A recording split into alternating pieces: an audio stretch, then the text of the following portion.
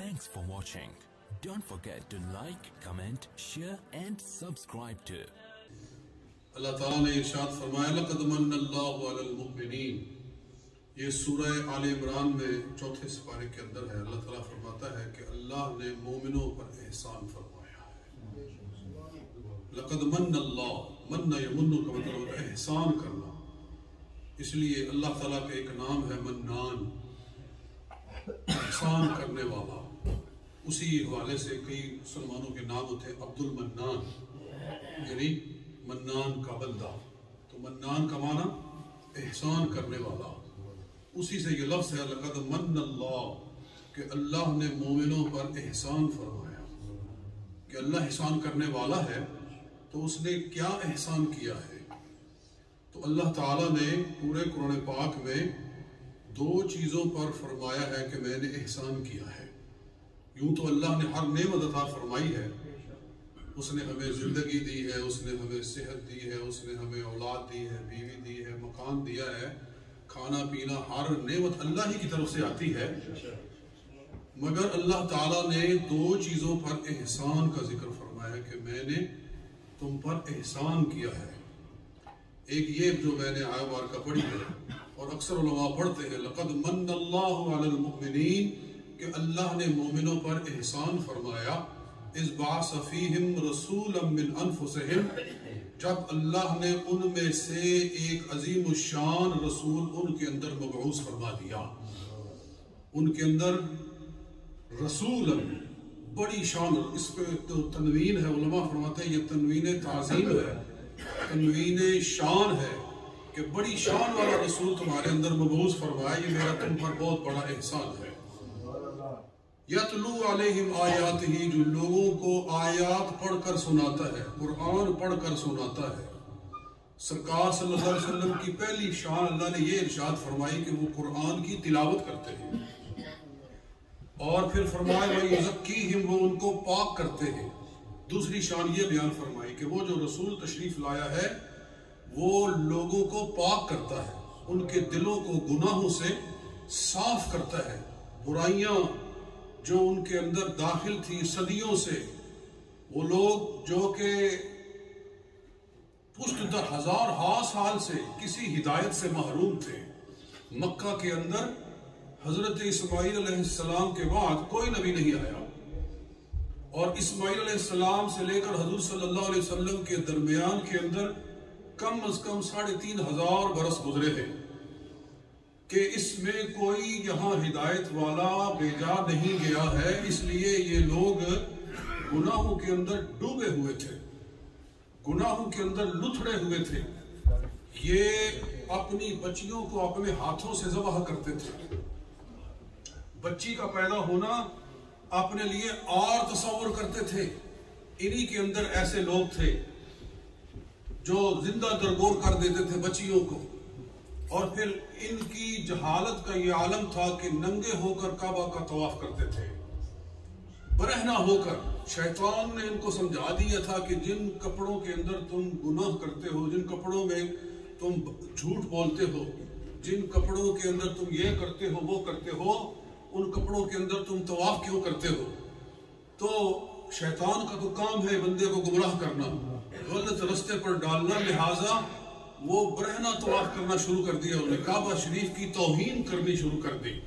اللہ فرماتے ہیں ناریوں کا دور تھا، دل جل رہا تھا نور کا، تم کو دیکھا ہو گیا ٹھنڈا کلیجہ نور کا. یعنی کعبہ کا نور، کہ کعبہ کا دل جل رہا تھا، اور جب آپ تشریف لائے تو کعبے کا سینہ ٹھنڈا ہو گیا، کعبہ کا کلیجہ ٹھنڈا ہو گیا.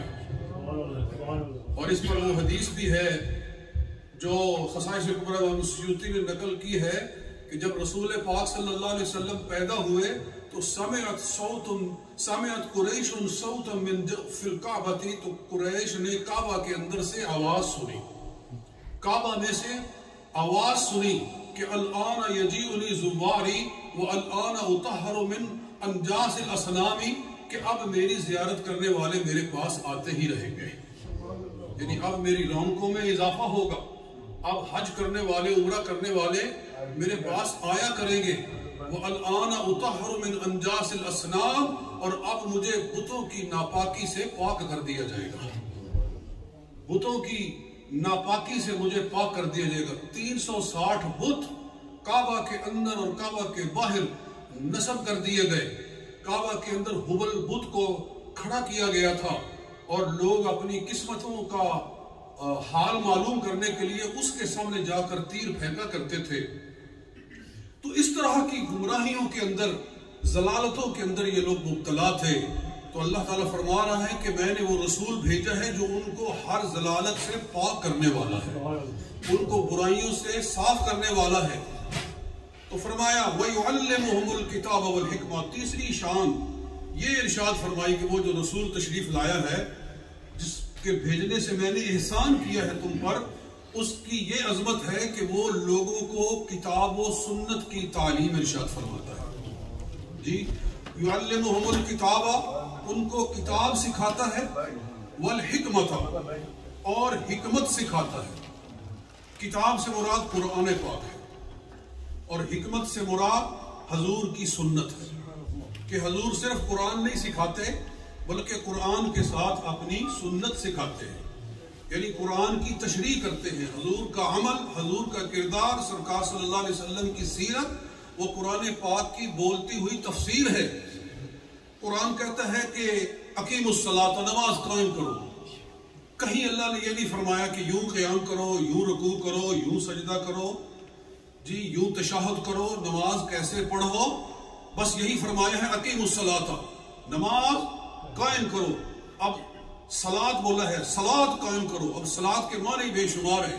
صلاۃ کا معنی دعا مانگنا بھی ہوتا ہے، جیسے ہم کہتے ہیں نا ان اللہ وملائکتہ یصلون علی النبی یا ایھا الذین آمنوا صلوا علیہ، حضور پر صلاۃ بھیجو۔ تو وہاں نماز تو مراد نہیں ہے نا، وہاں بھی لفظ صلاۃ ہی ہے، مگر وہاں مراد ہے کہ سرکار صلی اللہ علیہ وآلہ وسلم کے لیے درود بھیجو۔ تو صلاۃ کا معنی درود بھیجنا بھی ہے، صلاۃ کا معنی دعا مانگنا بھی ہے۔ اللہ صلاۃ بھیجتا ہے، ان اللہ ملائکتہ یصلون، فرشتے صلاۃ بھیجتے ہیں۔ تو ہر جگہ صلاۃ کا الگ الگ معنی ہے، تو صلاۃ کے تو معنی ہی بہت ہیں۔ تو کہا گیا اقیم الصلاۃ، نماز قائم کرو، یعنی صلاۃ قائم کرو۔ اب کون سی صلاۃ قائم کی جائے؟ تو حضور صلی اللہ علیہ وسلم نے فرمایا صلو کما رأیتمونی اصلی، جس طرح میں کرتا ہوں تم کرتے جاؤ، بس یہی تمہاری صلاۃ ہوگی، تمہاری یہی نماز ہے کہ تم میری اداؤں کو اپناتے جاؤ، جس طرح میں کر رہا ہوں اس طرح کرتے جاؤ، تو اسی میں تمہاری عبادت آ گئی، اسی میں تمہاری نماز آ گئی۔ تو دوستان گرامی، فرمایا وَيُعَلِّمُهُمُ الْكِتَابَ وَالْحِكْمَةَ، کہ میں نے جو احسان کیا ہے کہ وہ رسول بھیجا ہے کہ جو ان کو کتاب اور حکمت کی تعلیم ارشاد فرماتا ہے۔ اور ارشاد فرمایا کہ وَيُعَلِّمُهُمُ الْكِتَابَ وَالْحِكْمَةَ وَإِن كَانُوا مِن قَبْلُ لَفِي ضَلَالٍ مُبِينٍ، بے شک اس سے پہلے وہ کھلی گمراہی کے اندر مبتلا تھے۔ حضور آئے صلی اللہ علیہ وسلم تو ایسی قوم کہ جو خود چلنا نہیں جانتی تھی، جو خود گمراہیوں کے اندر مبتلا تھے، وہ پوری نسل انسانی کے ہادی اور رہنما بن گئے، ساری قوموں کو ہدایت دینے والے بن گئے۔ الطاف حسین حالی کہتے ہیں نا، خود نہ تھے جو راہ پر، اوروں کے ہادی بن گئے۔ جی، خود نہ تھے جو راہ پر اور اوروں کے ہادی بن گئے۔ کیا ہے کہ کیا عظمت ہے کہ جس نے مردوں کو مسیحا کر دیا، اس طرح کا شعر ہے ان کا۔ جی، خود نہ تھے جو راہ پر اوروں کے ہادی بن گئے۔ اور اسی لیے حضرت عمر فاروق رضی اللہ تعالیٰ عنہ کا وہ مشہور واقعہ ہے کہ آپ جب امیر المؤمنین تھے، خلیفۃ المسلمین تھے، اور آپ کی حکومت دنیا کے ایک بڑے رقبے کے اوپر چل رہی تھی، پورے عرب پر چل رہی تھی، اور افریقہ کے اوپر چل رہی تھی، اور ایران تک جا رہی تھی، عراق تک جا رہی تھی، دنیا کا ایک بڑا آپ کی حکومت کے زیر انتظام تھا۔ تو آپ ایک پہاڑ کے دامن سے گزرے اور وہاں بیٹھ کر زار و زار رونا شروع ہو گئے، بہت روئے۔ لوگوں نے پوچھا کہ یہاں بیٹھ کر امیر المومنین آپ کے رونے کا کیا سبب ہے؟ فرمایا مجھے اپنا بچپن یاد آ گیا ہے، اس جگہ میں اونٹ چڑھایا کرتا تھا اور اونٹ میرے قابو میں نہیں آتے تھے، اور میرے باپ نے مجھے یہاں لاٹھیوں سے مارا تھا، میرے باپ نے یہاں مجھے لاٹھیوں سے مارا تھا کہ تجھے اونٹ نہیں چرانے آتے، میرے 4 اونٹ میرے قابو میں نہیں آتے تھے، اور آج اللہ کا کرم ہے کہ دنیا کا ایک بڑا رقبہ میرے قابو کے اندر میں ان کو چلا رہا ہوں۔ کہنے کا مقصد یہ تھا کہ جب تک ہم نے دین نہیں سیکھا تھا ہم گمراہ تھے، اور جب اللہ نے اپنے حبیب کے صدقے دین عطا فرمایا تو ساری انسانیت کا رہنما بنا دیا۔ تو یہ ہے وہ چیز کہ فرمایا وَيُعَلِّمُهُمُ الْكِتَابَ وَالْحِكْمَةَ کہ آپ ان کو کتاب سکھاتے ہیں، حکمت سکھاتے ہیں۔ وَإِن كَانُوا مِن قَبْلُ لَفِي ضَلَالٍ مُبِينٍ اور اس سے پہلے یہ لوگ کھلی گمراہی کے اندر مبتلا تھے، اور آج بھی دین کو چھوڑ کر جہاں اسلام کی روشنی نہیں پہنچی ہے وہ لوگ گمراہی میں مبتلا ہیں، چاہے وہ اپنے آپ کو کتنا ہی تعلیم یافتہ تصور کریں پھر بھی وہ گمراہیوں کے اندر مبتلا ہیں۔ یہ دیکھ لے کہ آج ترقی کر گیا ہے یورپ بہت زیادہ مالی طور سے، مادی لحاظ سے، لیکن جو ترقی کر رہے حرامیوں کی تعداد بڑھ رہی ہے۔ جی اب یہ کہا جا رہا ہے کہ 25% حرامی پیدا ہوتے ہیں، بلکہ یہ 25% والی بات میں بہت پرانی کر رہا ہوں۔ جی اب حرامیوں کی تعداد اس سے کہیں زیادہ ہو گئی ہے، جن کو پتہ ہی نہیں ہے کہ ہمارا باپ کون ہے، جن کو معلوم نہیں ہے کہ ہم کس کی نسل ہیں۔ ایک عالم دین مجھے بتانے لگے کہ میرے پاس ایک نوجوان، ان کو کسی شخص نے بتایا، وہ کہنے لگے کہ ایک نوجوان یونیورسٹی میں پڑھتا تھا تو اس کی والدہ اس کو وہاں ملنے کے لیے آتی تھی، تو اس نے ایک دن پوچھ لیا، اس کے دماغ میں خیال آ گیا کہ باقی لوگوں کو، ان کے بچوں کو، لڑکوں کو ان کے باپ بھی ملنے کے لیے آتے، میرا باپ کبھی نہیں ملنے کے لیے آتا، صرف ماں ہی ملنے کے لیے آتی ہے۔ تو اس نے اپنی ماں سے پوچھ لیا کہ ہو از مائی فادر، جی میرا باپ کون ہے؟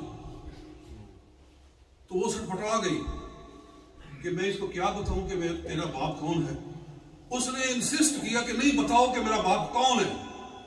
اس نے کہا کہ جب تو پیدا ہوا تھا تو میں آسٹریلیا میں ہالی ڈیز کے لیے گئی ہوئی تھی، وہاں کتنے ہی تھے، میں کس کو بتاؤں کہ میرا باپ کون ہے۔